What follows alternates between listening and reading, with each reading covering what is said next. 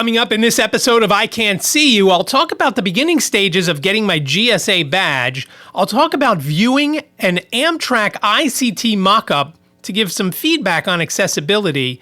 And I'll also tell you about my trip to the DMV. No, I wasn't getting my driver's license, but I did spend an hour and 40 minutes there. From Studio B in Swarthmore, this is the iCantCU podcast with David. It's like blind people for dummies.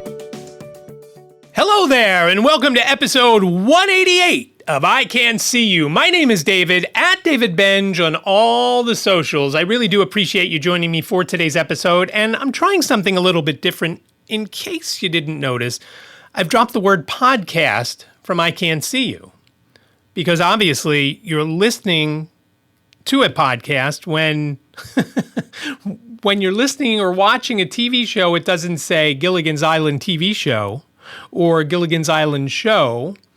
So I'm going to try it and see what I think. I also want to redo the logo because I've got some other things that I want to do. And to keep the word podcast in there kind of is confusing. And I already have iCantCU.com. And remember, iCantCU sounds like a whole sentence, but it's only 7 characters long. iCantCU.com. So go ahead and check it out if you want to go over to the website, have all the podcasts over there, and some other things, some really bad blog articles and things like that you can check out as well from way back about 15 years ago when I started the blog. So have a look. I do have a few things to talk about, and if you can do any kind of music, if you can... I need a stinger. I need like a 2 or 3 second stinger to put in between all the different things that I talk about. And I've wanted one for a long time, but I haven't done one because I didn't want it to clash with the music that's in the opening and closing of the show.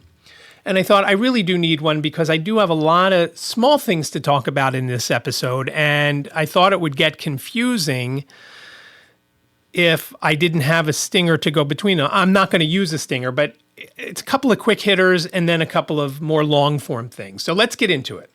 First and foremost, if you are listening to this before 2 p.m. on the 16th of July, I will have a link in the show notes where you can sign up for a podcasting roundtable that I'll be a part of. There's a lot of high quality podcasters there, and then there's me. So Brian Fischler is going to be the moderator, and Allison Malloy is going to be there. She's also from That Real Blind Tech show. Stephen Scott is going to be there, and he has got the greatest voice I have ever heard. So you have to check him out. And his podcast is called Blind Guy Talks Tech. Take a look for that and just listen to his voice. Everything will sound great, even if it's not. And lastly, Janine Stanley from IRA will be there. And we're hoping to have Janine on an episode of White Canes Connect to talk about IRA. I know there's been a lot of new changes, but when we speak with her, we want to talk completely about IRA, not just the new stuff, about everything, because we want to get everybody in the NFB of Pennsylvania and anybody else who listens the whole story about IRA. And it's a great service, and we hope to have her on soon. She actually has COVID, and I've got another COVID story later on in this episode, but we'll leave that for a couple of minutes.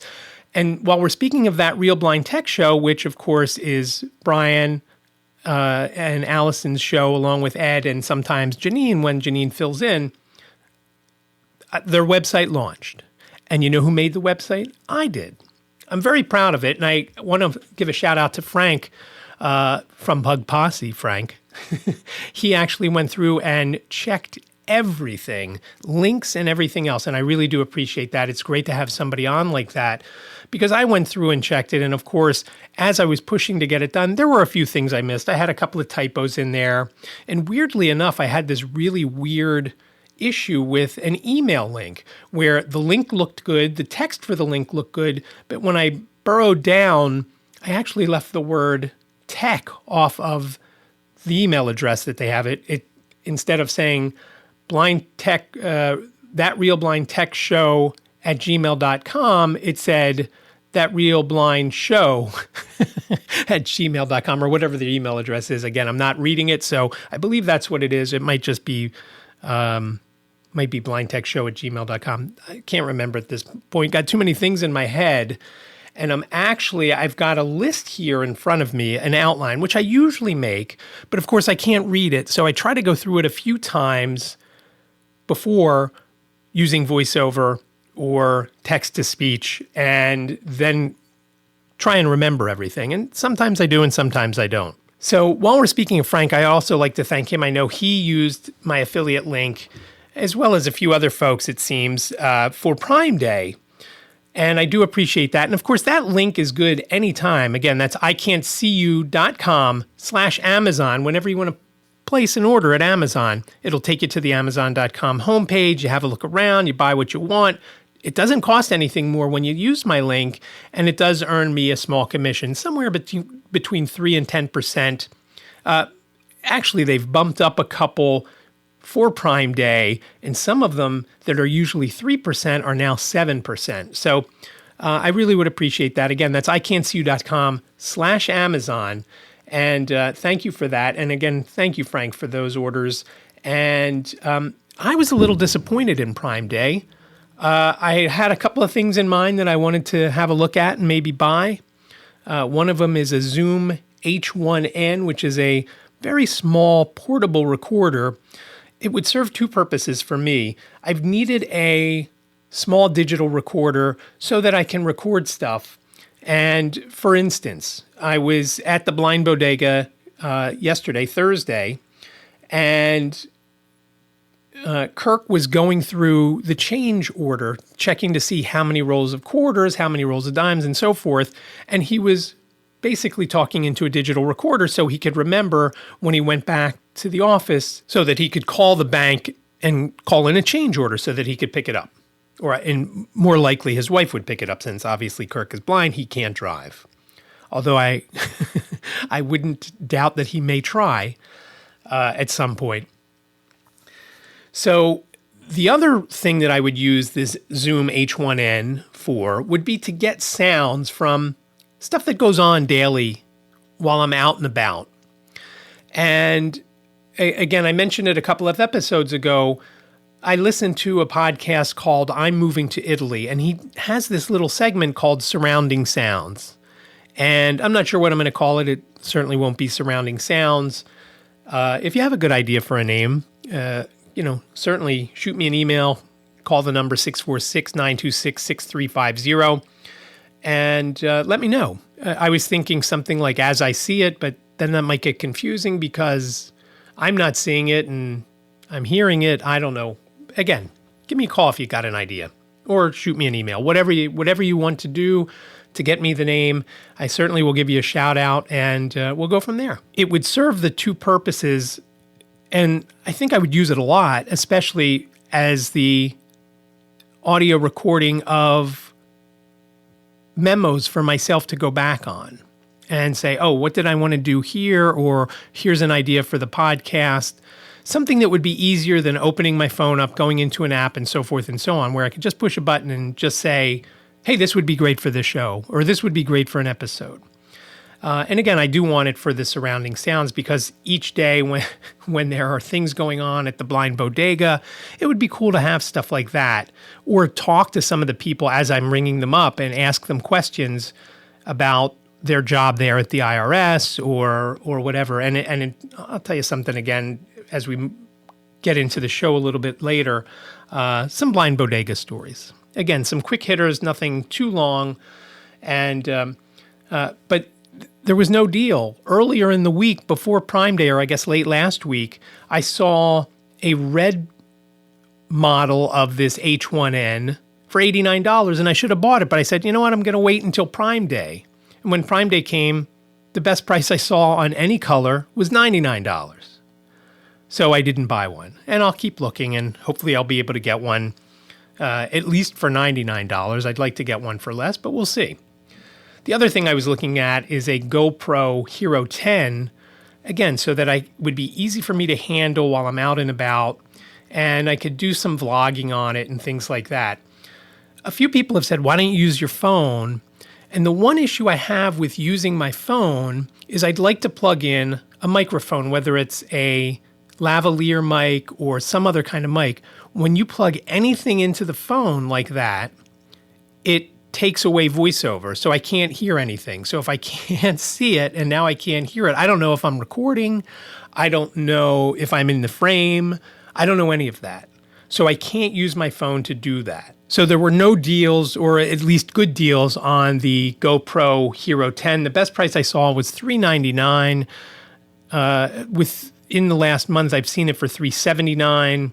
And I'll, again, keep waiting. It's nothing I need urgently. And I don't think I'll use it as much as I'll use the Zoom H1N. So I didn't buy anything on Prime Day. I know Jane said she bought a couple of things on Prime Day, but they were things that she buys anyway, and they were just a little bit better price, so she bought them. I don't think Liz bought anything. I don't know about Jacob. So, but again, thank you, Frank, for your orders, and anybody else who placed an order through my affiliate link. Again, iCantCU.com/Amazon. I do appreciate that, and every little bit helps. So thank you.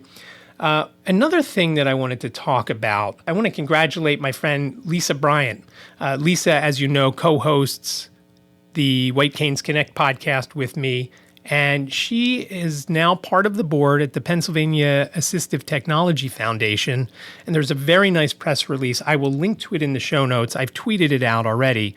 She sent it over earlier today, but it is very cool. It's a very nice article, and well-deserving for her. So that is great news for her, and a lot of good things coming along for her, which is great. Okay, so the next few things that I want to talk about are a little bit longer, and I'm going to start off with my DMV story.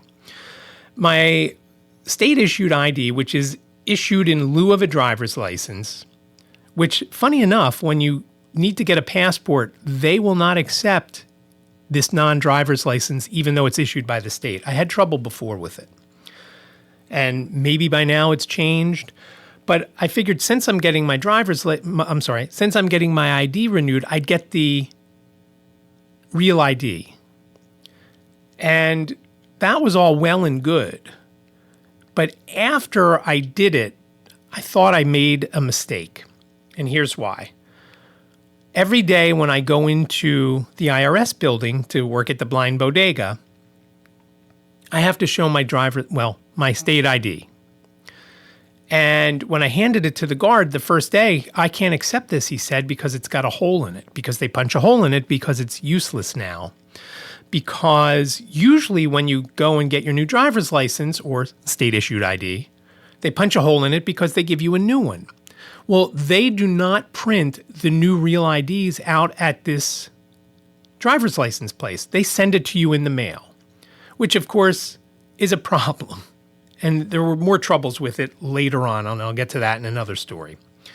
So I then pulled out the paperwork that they gave me to show that I had applied for the real ID, and the guard at the IRS building took it. We went to the DMV, Liz and I. We got in line at 1 minute till 11, and we left at about 12:45.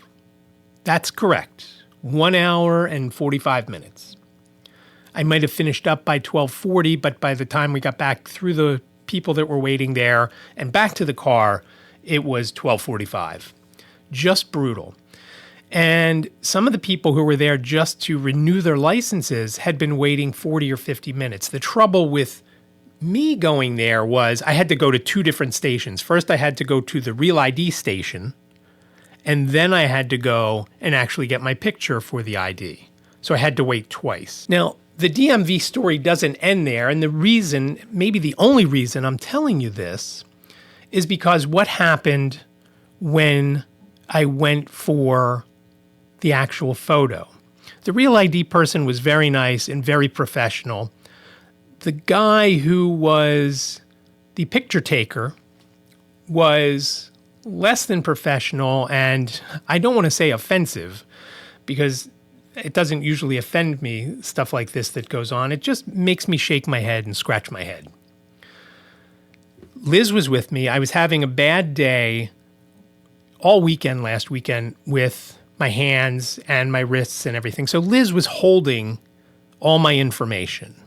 I was holding my cane, which was hard enough to do, and she was holding the other documents. She was holding all the documents.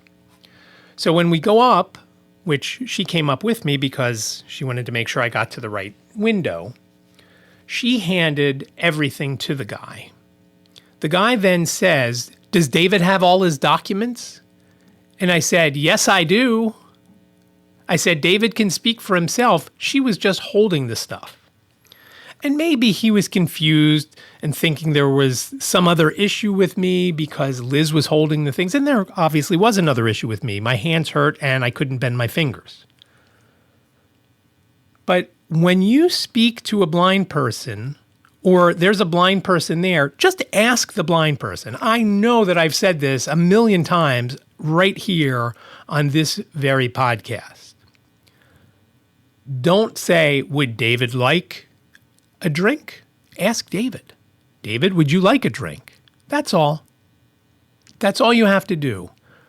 Everything else with me, for the most part, works. You don't have to ask Liz or whoever else is with me whether David would like a drink. You ask David directly, just like you would ask any other blind person directly. If you have a question for them, ask them directly. And I don't think the guy even realized that he did that. And I also think that there may have been an issue or two with this guy. But again, it irritated me, and I have to watch myself sometimes because, again, like a few folks have said, when you're out and about, the way you react to people can make it bad for all other blind people. "Oh, that blind guy was such a jackass. I bet they're all like that." No, it's just me. So again, when you're speaking and there's a blind person you have a question for, don't ask the person with the blind person. Ask the blind person. That's all. That's all you have to do. So that's my DMV story until I get a little bit further down. So on Thursday, Bastille Day, I had a very busy day. And I had gotten a call Wednesday night from my boss, Kirk, from the Blind Bodega, the guy who runs the Blind Bodega at the IRS building and who has been showing me how the business enterprise program works and how it is. And I've mentioned before that I am in no way interested in this part of the business enterprise program.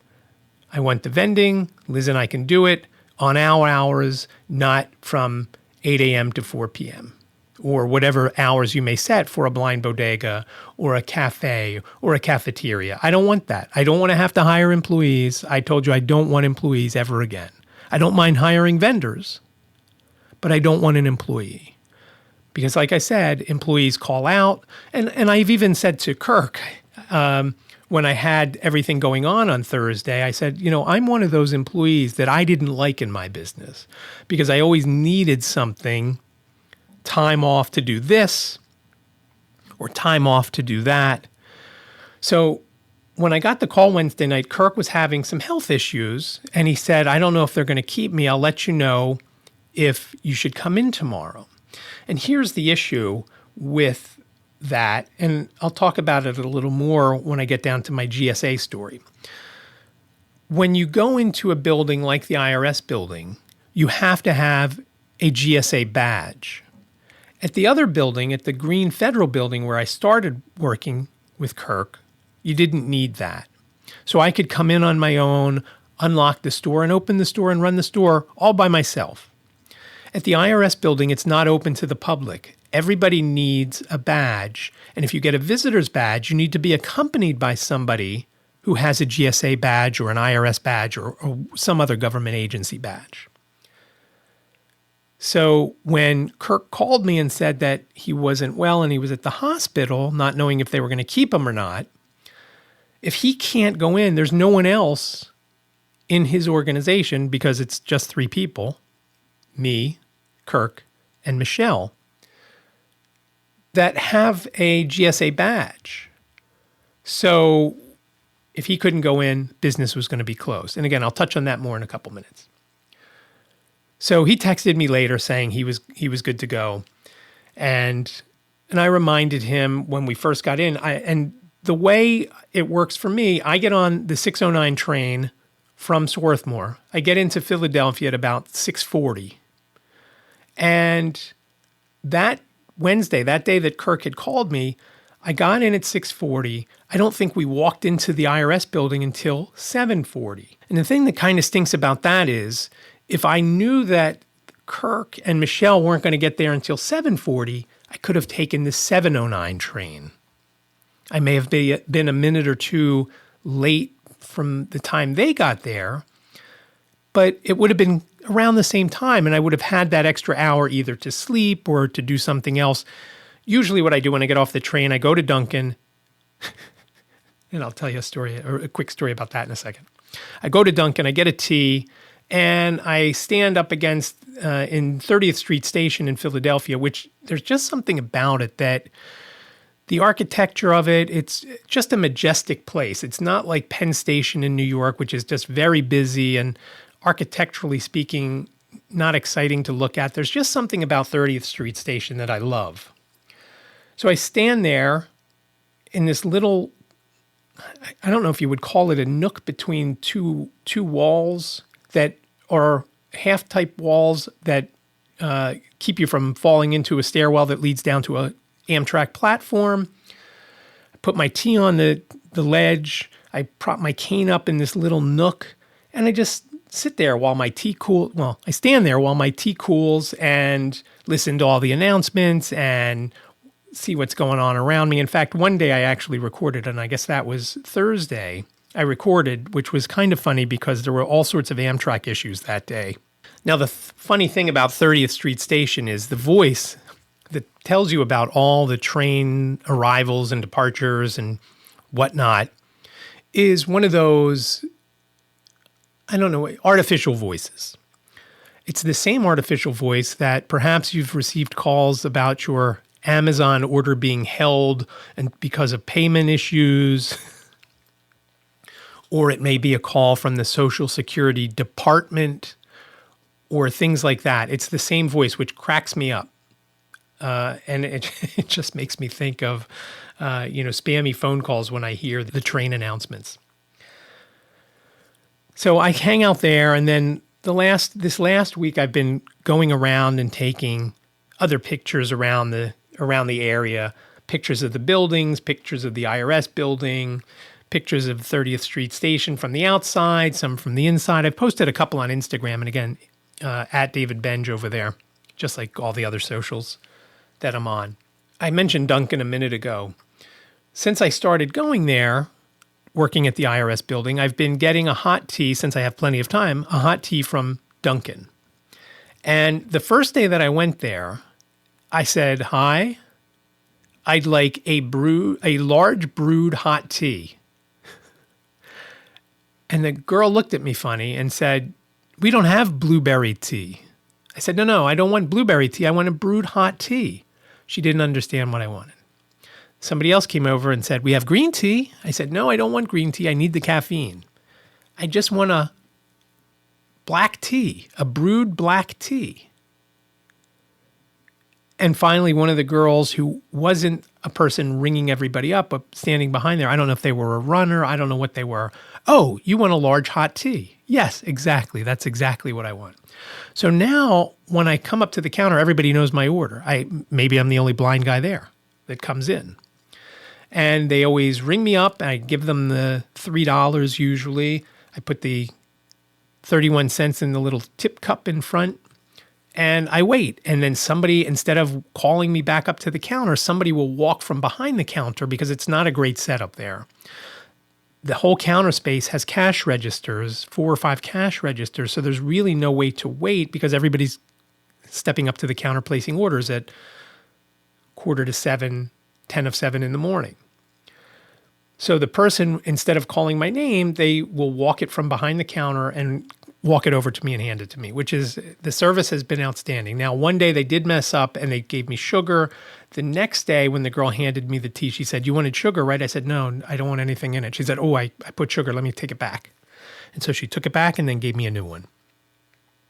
And I think it was a brand new one because I didn't taste any sweetener. I would have been okay if she just took those tea bags out and put it in another cup and poured more hot water in. That would have been fine by me. But she didn't. It was even better. So, and again, there are other places in there that I could go. If I got sweetener a couple of times in a row, there's a Pret that's literally right next door. In fact, when I make my tea, when I put the lemon in, which I bring from home, when I put the lemon in, I'm standing looking into the Pret, which has seats. And I've thought, well, if I go into Pret, at least I could sit down. And I'm like, no, I'm okay standing. But as I was saying earlier, when I get to the station at 6:40 and I step up from my seat on the train, I usually, except for one time, the first Friday that I worked there, so a week ago, I don't sit down again until I sit down on the train when I'm going home. I stand the whole time while I'm at the blind bodega. I stand the whole time while I'm having my tea, and I don't sit down. I'm good with that. I'm okay standing. And it's kind of funny. Some people have mentioned it to me before, but that Wednesday was a long day. Just a couple days ago was a long day because I stood the whole day. There were some issues at the blind bodega, which I won't get into here, but it wasn't a good day, and I was very mad when I came home. And then, so I did sit down on the train. The train was late coming home. There was some sort of issue. So the train didn't leave 30th Street Station until 5 o'clock or a little bit after. And so I stood that day for well over 10 hours. And I was a little tired, I guess. I mean, I'm always tired when I come home because I try to go to sleep by 12. I have never made it where I've been in bed at 12 because I get up at 4:30. Sometimes I make it by 12:15. Most days it's 12:30 because I got a million things to do and it takes me a long time to do everything, as I've mentioned countless times here. So I was tired and had some other issues. So my day on Thursday started out with working at the bodega.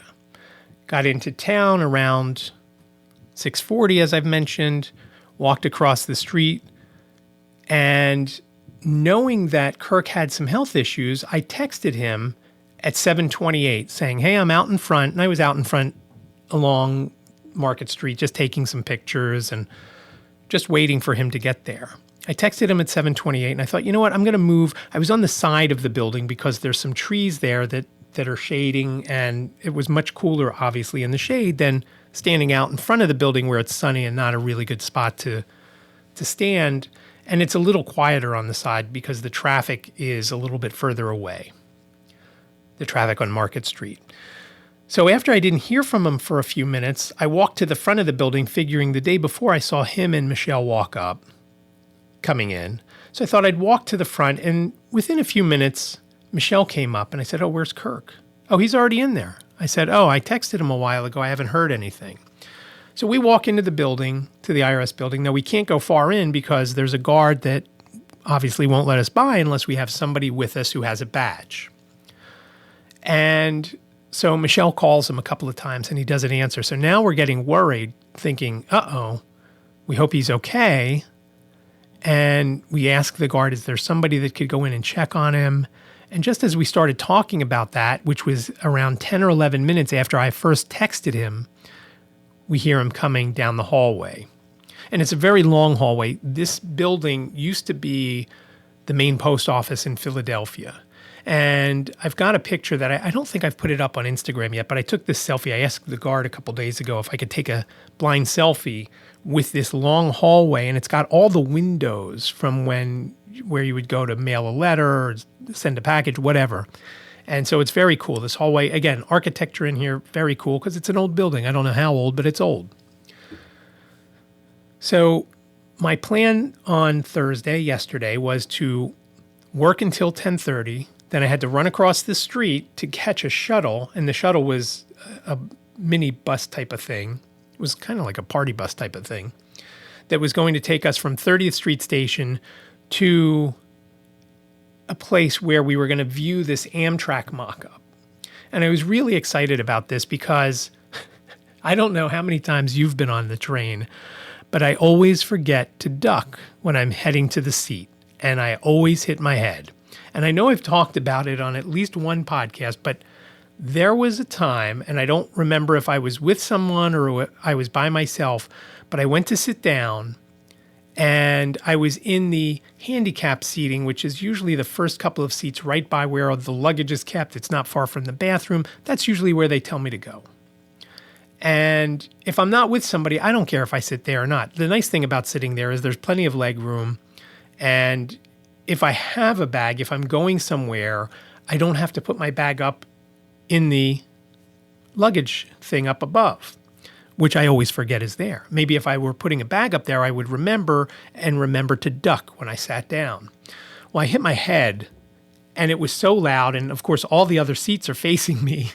And when I hit my head, I just hear, ooh, from everybody else on the train. And I will always remember that. And it kind of makes me smile, even though it did hurt a little bit. But I don't think it did much damage. I mean, who knows? If you knew me before that and you know me now and you think it did, well, okay. So going through this mock-up, they talked about how it's going to be and how many trains they've ordered and the amount of the order, which is over $7 billion, which is a crazy amount of money. And these trains are scheduled to come online, I think they said in 2024. And it was just very cool to view this mock-up. Now, it was a normal-sized train. It wasn't actually a train, though. It was a mock-up. There was wood in places. Obviously, the train's not going to have plywood and 2x4s.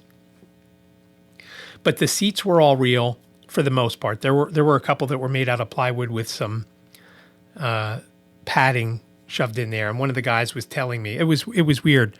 There were a couple guys named Dave, and there were a couple guys named Mike, and a couple of other folks. But it was very cool going through that and checking out the accessibility. Now, Harriet, who was with us, and this was set up for us by Trish Maunder and Katherine Allen from Philly Touch Tours.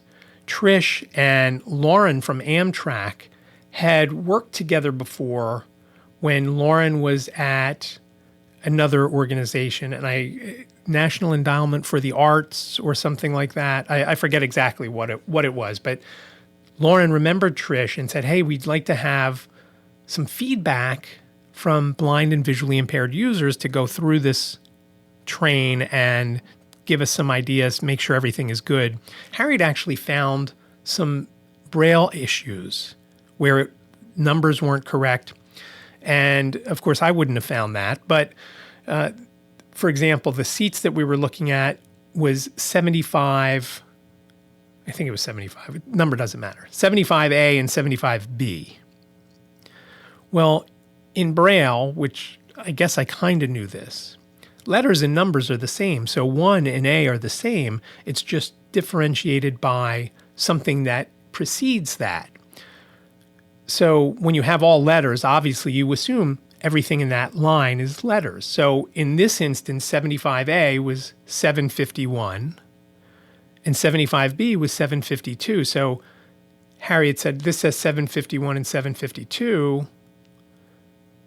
Is that what it's supposed to be? And they said, no, and she explained to them, you have to have the thing to change the 1 to an A and so forth. So she caught that. And Denise had caught something else where the number didn't match. And I don't remember the number itself. It was like 77, but the Braille said 71. I don't remember exactly what it was. So obviously they're going to need somebody to proofread the Braille on these things. And they're basically on the aisle so that when you're walking down the aisle, sighted folks would see the numbers and say, oh, okay, 75A and B. I'm in 75B, so I'm going to go in there. And the B is the one against the window. A few folks on on our portion of the tour, and there were 4 or 5 of us. And I have a picture that we took. I will post that on Instagram and maybe on the webpage as well. Instead of A and B, why not A and W? Which of course makes me think of root beer because I sold a bunch of A and W the day before. But A and W for aisle and window to make it a little easier to figure out which one's A, which one's B. And I don't know that they're going to go with that, but whatever, it doesn't matter. It was a suggestion. So then we go on to the train, and they're telling us, one of the designers was telling us, hey, this is why we did this, and this is how we did that. Then we move in, and the first thing that we get to is the restroom, which the first time I was on a train on my own, I don't remember where I was going. I want to say I was going either to Baltimore or to Washington. I had to use the bathroom. And when I got into the bathroom, I didn't know how to lock the door. I didn't know where to flush the toilet. I didn't know how to make the sink work. And if there's one place you don't want to feel everything in there, it's a bathroom. And so in the new restrooms on these ICT cars, you don't even have to touch the flush button. It's big enough where I was able to notice where it was. But if you wave your hand in front of it, if you're close enough, it will flush automatically, just like when you put your hands under the sink, the water will come on, and you put your hands under the soap will come out. And then they had those hateful blowers that dry your hands, and they really dry your hands, but then wet either someplace else on your body. I know when I dry my hands in front of those, my pants are then wet afterwards. So I'm not a big fan of those. Always like to have, I always end up wiping my hands on my pants or my sides of my shirt or whatever to dry them the whole way. So then we moved in and we saw the car, the seats in the car, and we saw in the business class seats, they have these tables with these pull-out, it almost looked like a keyboard tray, but it was very cool. It was just a really good setup. And best of all, the luggage rack was a little bit higher. Now, if I stood straight up, I would graze the top of my head. But when you go to sit down, you're never standing straight up because you're starting to bend over. It's not like the current cars where you, even if you bend over a little bit, I still hit my head. This was enough that if I went to sit down, I wouldn't have to remember to duck. And then we saw where the cafe car, how that would be set up. And it was just a really nice hour or two that we were there. The best part for me was I got to speak with Lauren, who is the head of accessibility at Amtrak. And I have some ideas that I started to develop when we had Trish and Katherine on White Canes Connect about a week earlier. And I came up with some ideas on something that I'd like to do. And I'm not going to get into it now. If I go a little bit further with it, I'll talk about it more. But I spoke to Lauren for quite a while. I kind of felt bad because I felt like I was keeping her from talking to everybody else in the group and from other folks we weren't the only group to go through. There were a whole bunch of people that went through in different groups. So it was great to speak with her, and I'm glad to have that contact. She has other contacts with museums and things, and that's where my thoughts were headed with museums and other places like that that are accessible and maybe not accessible. And things like that. So I was glad to make the connection. It was nice to speak with her.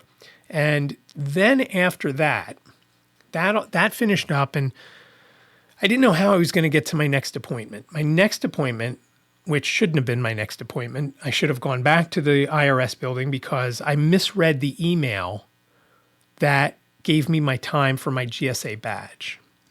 I thought it gave me a window of sometime in the 1 o'clock hour until around 3 o'clock or 3:30.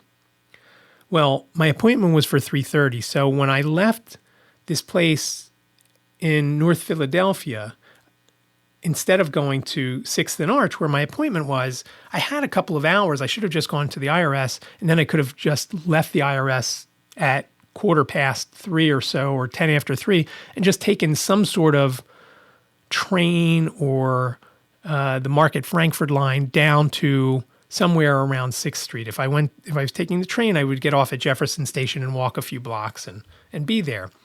But they had a shuttle that took me to 6th and Arch. And when I got there, the guard at the front desk said, "Oh, I don't show you for your appointment until 3:30, but it's up on the 4th floor." So I went to the 4th floor. I'm wandering around, and some lady sees me. She said, "Can I help you find where you're going?" I said, "Yeah, I have to go to the GSA office to get my badge, to get fingerprinted." "Oh, no, that's not here. You get your badge here. You get it programmed on this floor, but you have to get it on the second floor.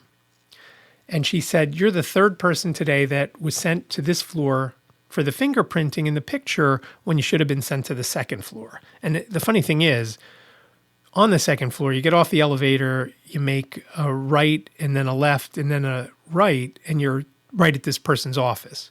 Well, it turns out, since my appointment wasn't until 3:30, this person wasn't in her office until 3:30, or 3:25, let's say. She called me back. She saw me out there.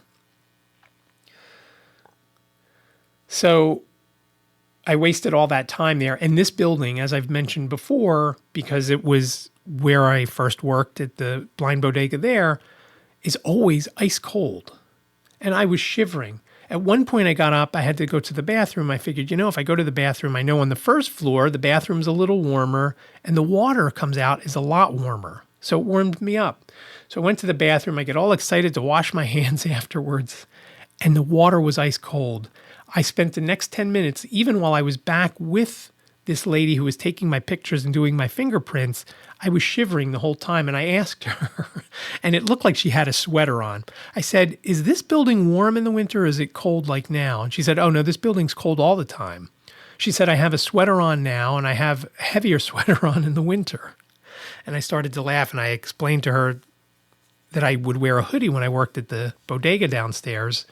And then we started talking about that because the new operator hasn't opened yet. And I'm not quite sure why. But here is the issue with getting the badge. It's not just taking your picture. And the funny story about the picture, she said, okay, I need to get your picture. Turn your head to the left a little bit and look straight ahead. And I looked straight ahead and I knew she was going to take the picture. And I started to smile. She said, oh, no, don't smile. So when there is a police activity or some issue by a government employee and they show their government-issued ID with a photo and they look miserable, that's why. The government doesn't like when you smile, evidently. I don't know why. That's kind of weird, I think. Even the DMV tells you to smile if you like, but not when you're getting some sort of government badge. I don't get it. That part was easy enough, but then I had to get fingerprinted. And the fingerprinted, it isn't like you're dipping your finger in ink and then smudging it on.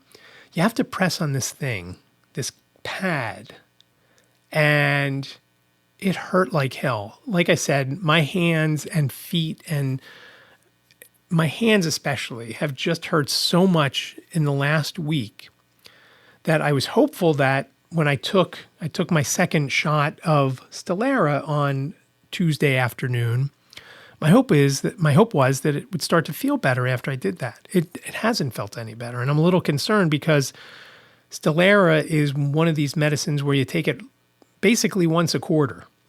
The first 2 shots are a month apart, and then you take it every 12 weeks. So I'm wondering what's the story going to be in a few weeks. Is it going to feel better, or is it, because the medicine has now run its course through me, is it going to feel 10 times worse? Because my hands, both hands hurt a lot.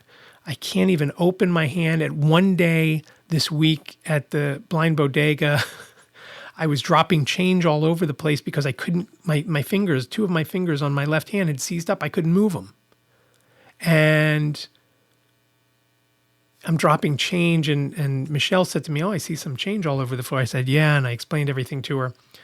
The worst is not when I drop it on the floor because somebody sees it on the floor. The worst is when I'm getting change out to give somebody their change from a transaction, and I drop it into one of the other change containers because I can't tell the difference with the change, especially because there are dollar coins all the way to the left in the till. So if I drop a quarter in there, I'm never going to find it. If I drop a dime in the pennies, I'm not going to find it, and I'm going to end up giving that dime out as a penny and so forth. So that's been an issue. But with this fingerprint thing, first I had to start with my thumb on, I forget which hand, my right hand, I think. And you have to push down and then roll it.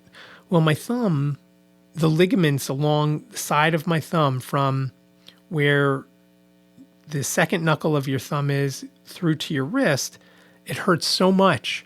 And she's like, oh, you got to push harder than that. I said, and I explained to her what the issue was. And it only got worse from there. I then had to do my left hand, hurt also. Then I had to do each individual finger, which for my index fingers worked okay. Middle fingers hurt, but not terribly on my left hand, horribly on my right.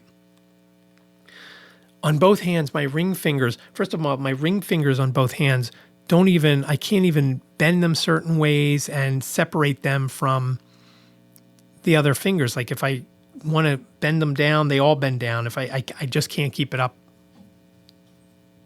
and keep my other fingers down. So I had to take my other hand and move my other two fingers, my pinky and my middle finger, so I could just push down with my ring finger. And I did that, and I thought, okay, I'm done. I've done all each individual finger. Then I had to do them in pairs. I then had to do my thumbs again. Then I had to do my index finger and middle finger. Then I had to do my ring finger and pinky.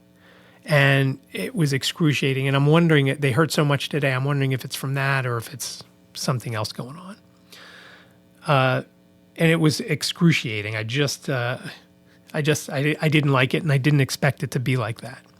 But I finished up there, and the cool thing was that I finished up there, and I walked back to Jefferson Station, and as I walked into the station, even though I was going to hit the bathroom before I went, I hear, now arriving on track 3, section A, is the 354 train to Elwyn, which is the train line that I get on.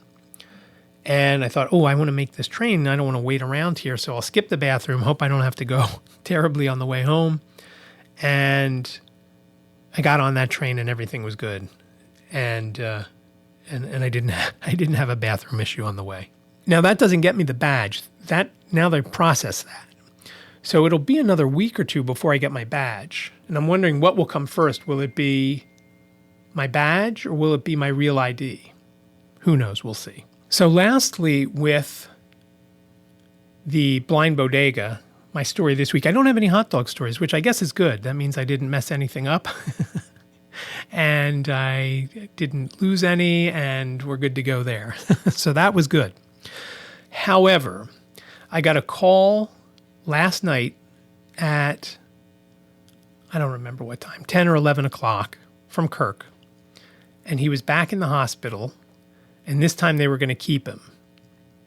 And I talked to him for a couple of minutes, and I told him I was sorry he had to stay. And he was almost matter-of-factly talking about it, like he was going to get milk or whatever. And I had mentioned, apologizing again, that I messed up on my timing and could have come back to the store for an hour or two before heading down to the building to get my GSA stuff. And he said, don't worry about it. He said, I forgive you. And I said, well, I said, I'm a little harder on myself than that. He said, no, just put that out of your mind. And we talked for, like I said, a minute or two more. And this morning I got a call from Michelle saying that someone has tested positive for COVID. And I had mentioned to Michelle a couple of days earlier, because she was coughing in the store. I said, sounds like a COVID cough to me. She's like, no, it's not COVID. I have smoker's cough, she said. So I'm waiting for that to all fall out. Liz was a little mad at me because I don't wear a mask at the store. I wear it on the train and when I'm waiting on the platform, but I don't wear it in the store when I'm walking to and from. So I'm hopeful that I don't have it. I don't feel like I have it. And I'll take a test in a couple of days to see. We have plenty of home tests, and I'll take one of those and see what the story is. The sad thing is, on Monday, I have an eye doctor appointment, a glaucoma appointment at 11, and then we were going to go down to the shore for a few hours to visit Liz's former co-teacher at Walden and hang out there and probably have dinner, go on the beach, do some things like that, and then come home, and I'd have to go to sleep because I got to get up at 4:30 the next morning. So as I mentioned earlier, because Kirk was in the hospital, I was off today because, again, there's nobody that can open up. Now, Michelle had told me that he was trying to rush our badges through. Now, she hasn't even been fingerprinted or taken the picture yet because, again, when he's out, then the store can't open. And not that Friday's a busy day. Friday is not busy.